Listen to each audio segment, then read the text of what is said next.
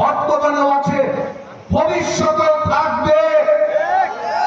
আজকে আপনাদের এই ইসলামকে 15 বছর আন্দোলন সংগ্রামের ফসল, এই বিপ্লবকে ব্যাহত করার জন্য, এই জুলাই আন্দোলনকে নস্যাৎ করার জন্য একটি বিশ্বাসঘাতক বাংলাদেশি নাগরিকরা উঠে পড়ে লেগেছে।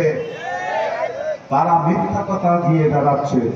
বিশেষ করে আপনাদের এই চলাঞ্চলে নিরীহ মানুষের ঘরে ঘরে গিয়ে হয়তো বা 500 টাকার নোট দিচ্ছে, 1 বস্তা চাল দিচ্ছে, অথবা একটা কাপড় দিচ্ছে। পাশাপাশি কি বলছেন? দাঁড়িপাল্লায় ভোট দিলে নাকি বেহেশতে যাওয়া যাবে। নাউজুবিল্লাহ।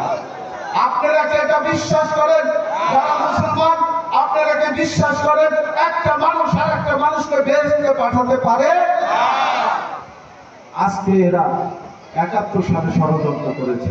কি বুঝলেন ভাই? অনলি যেটাই চাই। 75-এর পর পরিবর্তনের সময় ষড়যন্ত্র করেছে।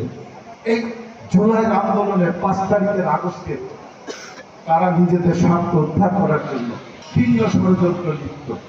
আবার তারা আমার মুসলমান ভাই বোনদের মনকে কলুষিত করে এই বেহেশতের লোভ দেখিয়ে একটি মার্কায় ভোট দিয়ে এই বাংলাদেশটাকে আবার সাম্প্রদায়িক, অর্থাৎ সাম্প্রদায়িক বাংলাদেশ তৈরি করার ষড়যন্ত্র করছে।